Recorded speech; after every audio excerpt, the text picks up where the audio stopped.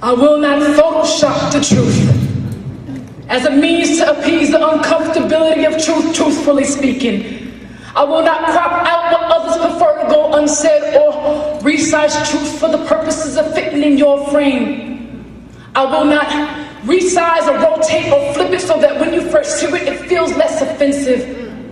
I believe scars are lessons learned, so I won't even fix any blemishes. I won't adjust the contrast to make the message a little bit brighter.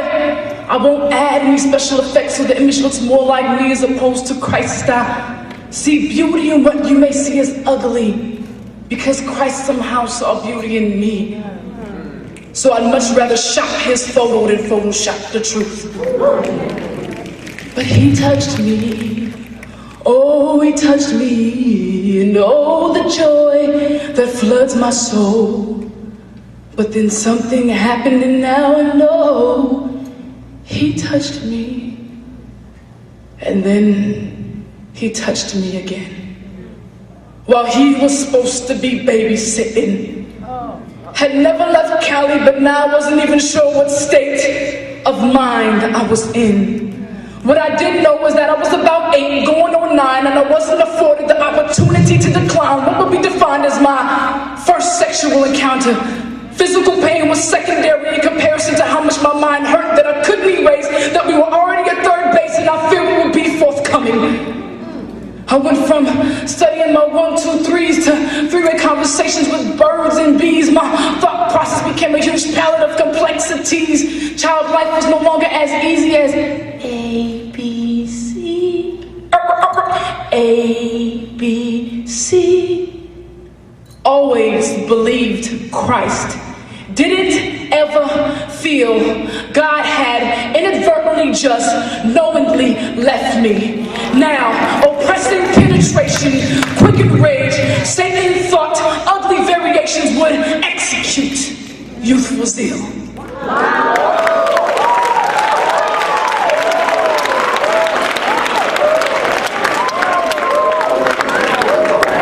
But I wanted to know why.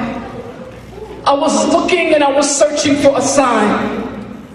I was searching for a sign. Why was this happening to me? Why was I being awakened out of my sleep to watch cartoons? I was a small child making requests for oral sex, not because I liked it, but because it hurt less. And it sparked a strange curiosity. When a sex scene would pop on the TV screen, I would fake sick the next day to stay home to go back and watch what my mom didn't allow me to see. Every issue begins with a small seed. So be careful what you're planting in your spirit. Because even though most feel that watching them graphic videos are for your enjoyment alone, please take note, allow me to forewarn that 87% of child molesters admit to trying to imitate something they saw from watching porn. And of course there's the infamous question, why didn't you tell? I wasn't sure if I was at fault or if I was going to hell. And then he touched me. And this time, it was my own father. Now sexually involved with the second man, what I didn't know was that I was 9 going on 10. I was about 9 going on 10. What would make someone want to touch one of their own begotten? I hyperextended my brain trying to make sense of his intentions. All the while teachers are saying she doesn't focus, she doesn't pay attention. I was going to every extent I knew. But still I was frightened, though could not be forgotten. I felt used and thrown away like paper cups and plastic utensils at 9 going on 10. He told me to drink this cough syrup. I tried to explain I wasn't sick, but he kept giving me cough syrup. Weak attempt to try to get me high after I said no to Jose Cuervo. And soon as my younger brother went to sleep, he told me to come sit on his lap, kept shifting me in very uncomfortable positions, which I thought I was somewhat familiar with because of the first encounter. My heart was beating out of my chest, and the tears began to roll down from my eyes.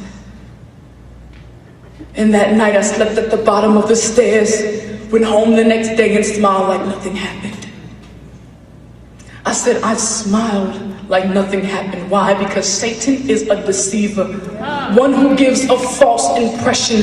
Had me to believe that it had to be something I'd done, because why else would two grown men come after me? So I began to change the way I dressed, started to wear baggy clothes because I figured it would draw less attention. Every Sunday I went to church, hoping that someone would see in my eyes, but I didn't have the courage to verbalize, and oh, they saw all right.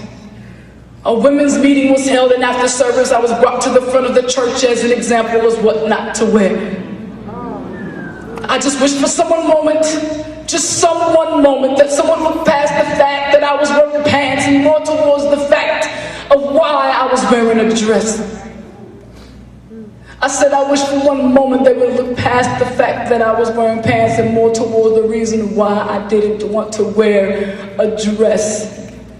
I stood there quietly, but on the inside I was screaming, can anyone see that I'm hurting? Or shall we continue this debate on denominations and what the women are wearing to holy convocation?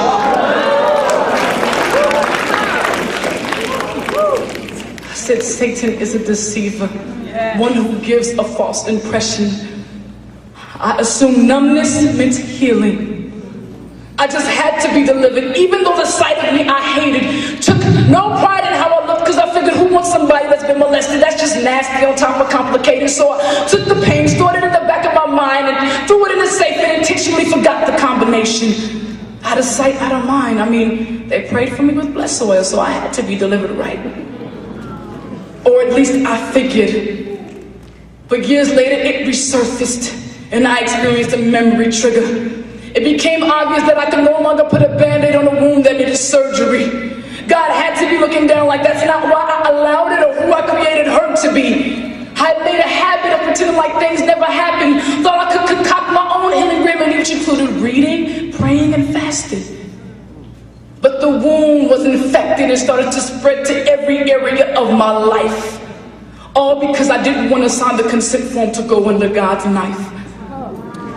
I didn't want the surgery. I didn't want to face reality. I didn't want to answer him. I wanted him to answer me. What kind of God would allow an innocent child to be molested? Will allow me to share with you one of the most beautifulest, ugliest revelations.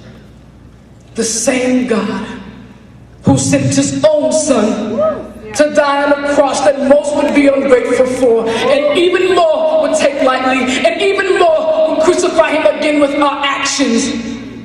And although he had no violence and no deceit was found in his mouth, it pleased the Lord to bruise him? That don't make no sense to us. But his ways are not our ways, and his thoughts are not our thoughts. The glory of Christ is the resurrection, but you can't just skip the cross. You can't skip the suffering of all the souls that he came for that were lost. You can't skip the suffering of all the souls that he came for that were lost. There is light at the end of this tunnel. We don't see the end, but he sees it clear. But some of us are just running haphazardly in the dark due to fear. God has amazing plans for us, but we got hang-ups. We hung up on trying to figure out why. Hung up on why us and why not some other child. Hung up on why we were the ones that had to deal with it, and hung up on why we're not able to forgive. But Christ is the ultimate hang-up.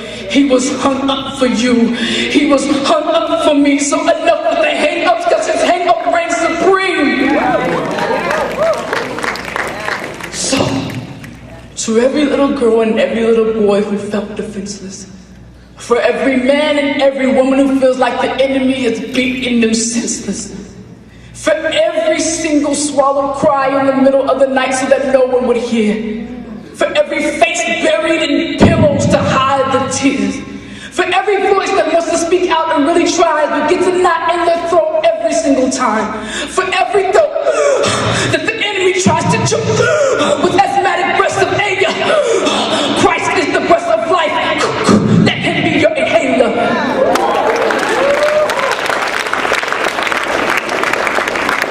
Some of us won't hear it unless it's from somebody who went through. And in that case, he allowed me to come before you and stand as a testimony for you, and it was worth it. It was worth every single ounce of physical, mental, and spiritual pain that I go through it again if he would allow me to stand before you again and encourage you to allow him to get glory.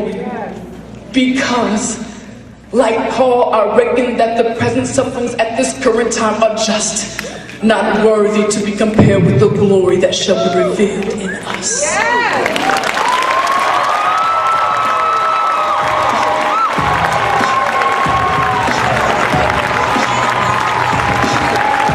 Y'all better give it up again for Janette.